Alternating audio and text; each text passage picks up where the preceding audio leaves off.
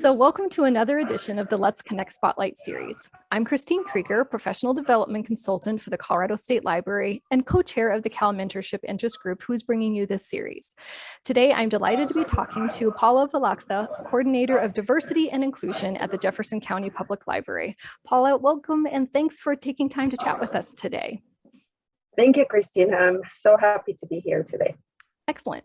So I think we'll go ahead and jump right into the questions for today. So our first question is, how and where do you find inspiration in your work, or what is it that motivates you to get up and go to work every morning?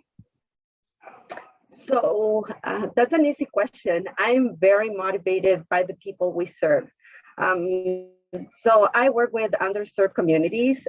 This is mostly immigrants, Spanish speakers, people with disabilities, people of color, the LGBTQIA plus community, people experiencing homelessness. And these are all the people that needs the library the most.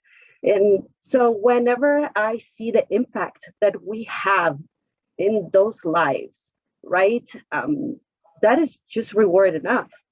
So every day, you know, when the going gets tough, I just think about the impact that we have in people's lives and how much we can do for them, not just to get the basics, but just to help them grow as individuals, to have opportunities, to have hope, right? And to know that we are there for them and that we bring resources and that we probably bring just sometimes a smiley face throughout their day. So I think that's what motivates me the most, is just like knowing the impact that we have on people's lives. Excellent. And just listening to you, I can just really hear the passion for your work. So thank you for that. Our next question, what is the most important leadership lesson you've learned and how has it proven invaluable? Well, all lessons are tough to learn. Especially around leadership. I have been on this leadership journey for about 2 years now. I became the coordinator of diversity and inclusion in the midst of the pandemic. So it's been quite a journey to learn, you know, how to be a supervisor, a leader. And I think what I have learned is to stay humble. Stay humble, learn from others, be open to what your employees, your staff, right, has to offer, and that know that you don't know everything. So we're learning together. I learn from them, they learn from me. So I think just having this humility to know that not just because you are in a power position means that you know it all. Mm-hmm. So that is one. And the other one is like how to create safe spaces for people to grow, to make them feel comfortable, and that you accept them how they are, and that you value their strengths and that you value what they bring to the table, even if it is not the same way you would do it, or if it is not the what you almost want to hear sometimes, right? But you value those differences. And when you create those safe spaces, the dynamics are fantastic. What you can do with your teams is amazing. And also you get very honest feedback when you create a safe space on your work environment. And that helps you grow and that helps you make things better. So I think those are the two most important things that I have learned, is to stay humble, right? You don't know everything. We're all learning every day. And the second thing is create safe spaces so we can all grow together. Yeah, and I know in library land, both in Colorado and afar, I've heard a lot about creating those safe spaces and allowing people to show up authentically at work. So I think that's really great. All right. And make mistakes too. Yes. Yes. The freedom to fail and learn from it and make mistakes. Excellent. Yes, that is a very good point. So our last question today is, what questions are you asking yourself lately? Oof, I have so many questions. So right now I'm at the end of creating our diversity and inclusion master plan for Jefferson County Public Libraries. And it's been quite a process. And through it, we have so many questions about how to do things better, right? One of them that came out during the process of creating this master plan is like, how do you measure impact in libraries? You know, we're so number especially in public libraries. It's all about attendance, how many people, how many hours, etc. It's all numbers.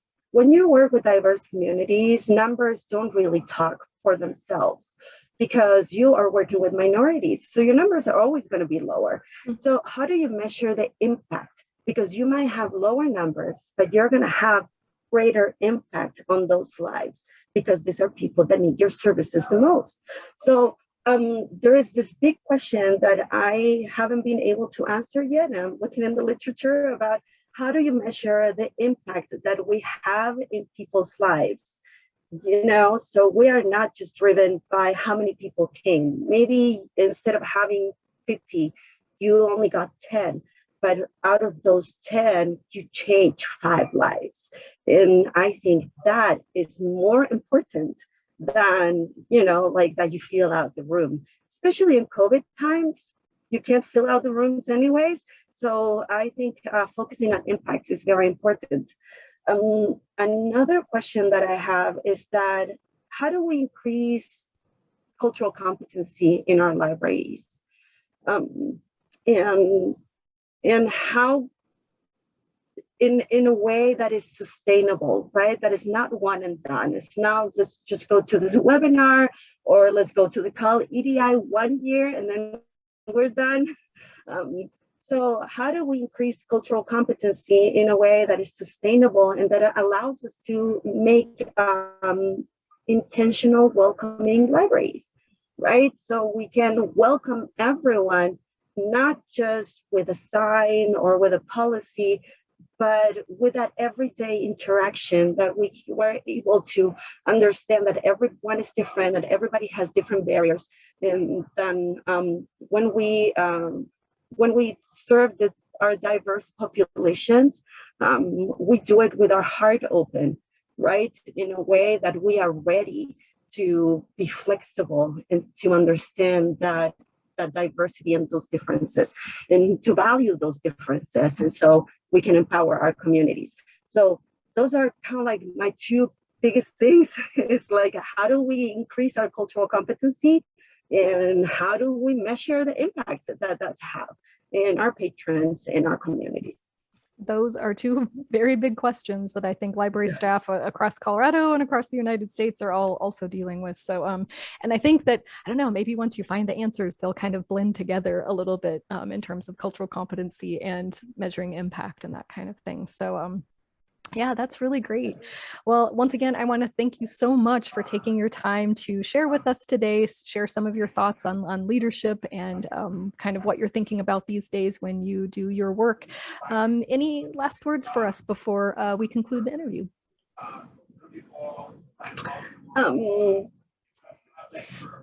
Take care of yourself. You know, working in libraries, especially on the times that we live on right now, is tough. We are dealing not just with our grief, but we're dealing with other people's griefs as well. So I know that like self-care is overutilized right now. And I think it doesn't have to do with just doing everything right. So it's about being flexible. So self-care is about being flexible and being and treat yourself well, right? And to give yourself space to make mistakes, accept that maybe you're not having a good day. So I think it's very important so we have the strength to continue doing this work for the people, which at the end of the day is what matters. Well, thank you again so much for joining us today. Thank you so much, Kristen.